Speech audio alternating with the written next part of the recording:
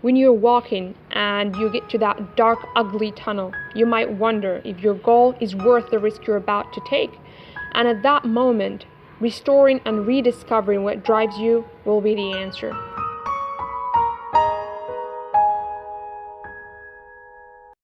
Hello and good morning, beautiful souls. Welcome back to We've Got to Try podcast. Yes, we've got to try to be more, to do more. We've got to try to be happy. We owe it to ourselves. You owe it to yourself to become that person you've dreamed of.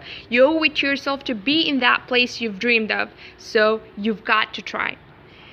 Don't forget to subscribe to my podcast, and if you like it, please leave a review and let me know what you think. I hope you're having a beautiful day, and if not, then smile and make it one. One smile won't kill you, it will just make you feel better. Believe me. When we decide to pursue something, motivation is the foundation to our success. It is what pushes us to take actions. It is what keeps us in the game when we get knocked down. So being motivated is vital when it comes to accomplishing anything. Now, when people complain about losing motivation, it happens like this. At first, you might be super motivated about your goal. You even take some steps forward. And then for some reason, you feel lazy and not in the mood to work on your goal anymore. Well, if this happens to you once in a while, I think it's okay. But if you start going dark and you lose your way back, something is definitely wrong. First of all, having a clear vision of what you want is very important. You need to know exactly where you're heading, or you will be just wasting your time, and at some point in the middle, you will end up drifting aimlessly. So be more precise about your goal. If you have been experiencing this lack of motivation, then you know by now that your mood is everything when it comes to success. They say that our mood is affected by our physiology and our energy levels. And I will add the environment to the list. Because if you are in a bad environment, surrounded by toxic people most of your time, that will be enough to bring you down. And bad here can be different for everyone. I think each one of us should have their favorite spot that inspires them. Let's start with our energy levels. Our energy levels are influenced by the way we eat and whether we exercise or not. Don't expect yourself to do much when you're eating terribly and sit in a chair all day. You gotta start taking care of yourself more if you want your mind to function properly. So start developing some good eating habits. There are tons of information out there about diets and healthy recipes, and move your body more. We need to use what we already have to feel well, and then we can pursue something that will make us feel even better. I don't know why we tend to forget this. I mean, if you feel like crap and your energy is very low, you know the solution to your problem, but you keep doing what you do and expect to get better results. There are enough setbacks and problems in the outside world that we can't control. So we need to use all the resources we have to make the situation better and boost our chances of succeeding. So let's take care of ourselves. The second factor is physiology. Physiology refers to the state of your body. And as Tony Robbins says, your feelings are dictated by your movement. How you use your body affects how you feel mentally and emotionally. So if you want to change how you feel, your day-to-day mood, start by changing your body.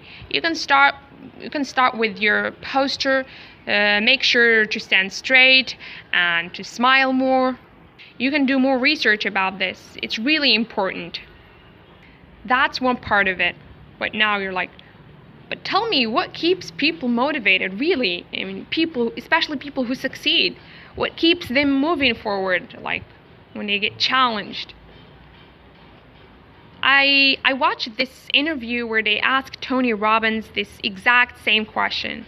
What is keeping him motivated? He used the word that captured my attention. He said hunger.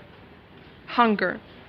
The desire of wanting more, to be more, to expand and reach a high new level, to be the best you could ever be. He's damn right. I mean, these kind of people, if you tell them to settle for whatever life gives them, it's like you're killing them. They're always hungry. And of course, it's not just about the money, but to create something bigger, to have a bigger mission for themselves, to live a better quality of life and touch the world. And They certainly did. We can look around and see a few examples. He said that we're born with that hunger, all of us. So, how do you maintain that hunger and never lose it? Being around people who are great, who are successful, is one way to do it. I have experienced this myself, and I know you do too sometimes. When you spend time around these people, they push you to raise your standards. You're a fat person living in a family who doesn't value health as much. Even your friends lie to you. They tell you that there's nothing wrong with being a little overweight. Most people are. So enjoy your life and love who you are. Don't worry about it too much. You want to believe the lie, but one day you get to meet someone who is super healthy and fit. You become friends with them, you get to know them better, and they're more energetic than you are. They look better and happier. And after a while, you're not happy about yourself anymore. You want to change. You want to lose weight and maybe start eating a little healthier. Does this sound familiar to you? Did this happen to you in an area of your life? Well, that's just the effect of the people you surround yourself with. If all you can see around you are lazy losers who are not willing to be better, then you will become one too if you don't leave as soon as possible. But if you look around you and see determined, passionate, and hardworking, successful people who are on fire and they will do whatever it takes to get to that next level and make the dream come true, then you will become enthusiastic too. You will want more. I find comparing yourself to who you were yesterday is another great way to keep yourself motivated. That's why it is so important after setting your goals that you start taking the necessary actions. Every day you do something that gets you a bit closer to your destination so you can track your progress. And when you feel down, when you feel bad, you look at your own progress and you're like, look at how far I've come. I've gotten much better than I was when I just started. I was able to do all of this. I can do more. I can get even better. I can't quit after all I've been through. And that's how you can be your own source of motivation and inspiration when things get tough and dark. I think having a higher purpose, bigger than yourself, when your goal doesn't just focus on you, only you, of course, you know if you achieve it, it will make your life better. But it is also about the service of others somehow. A great example would be being a better parent. I had this interview with my mom, and I was just curious about how she feels about her entire life, given the fact that she had suffered a lot when raising me and my brothers and sisters. She made so many sacrifices for us. I think all moms do. There are some exceptions, but let's talk about the majority here. They're great. All moms out there, you are great. So take this opportunity and say thank you to her. Give her a phone call if you haven't spoken to her in ages, and show her that you appreciate what she did for you, because we know that raising a baby is no piece of cake. So do it. So I asked her about what kept her motivated to fight, to wake up every single day at 4:30 and not get tired. And she said that she had to do it for her kids. Just thinking about us gave her the strength to endure all those challenges and bad luck. She told me that not one time she thought about quitting. And I think this can apply to different goals, like being a president or wanting to be a good partner and make your relationship last. When it comes to this kind of missions, you don't just get to check out of it, because quitting will harm your people and loved ones. So it's not an option. And your only way out is by moving forward and finding ways to grow, to rebuild yourself and be stronger. It's by surviving the difficulties. You don't get to choose. That's really powerful.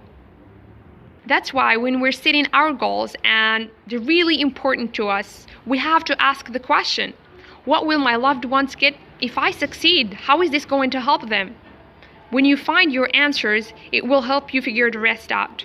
We're all on the same journey, walking different paths.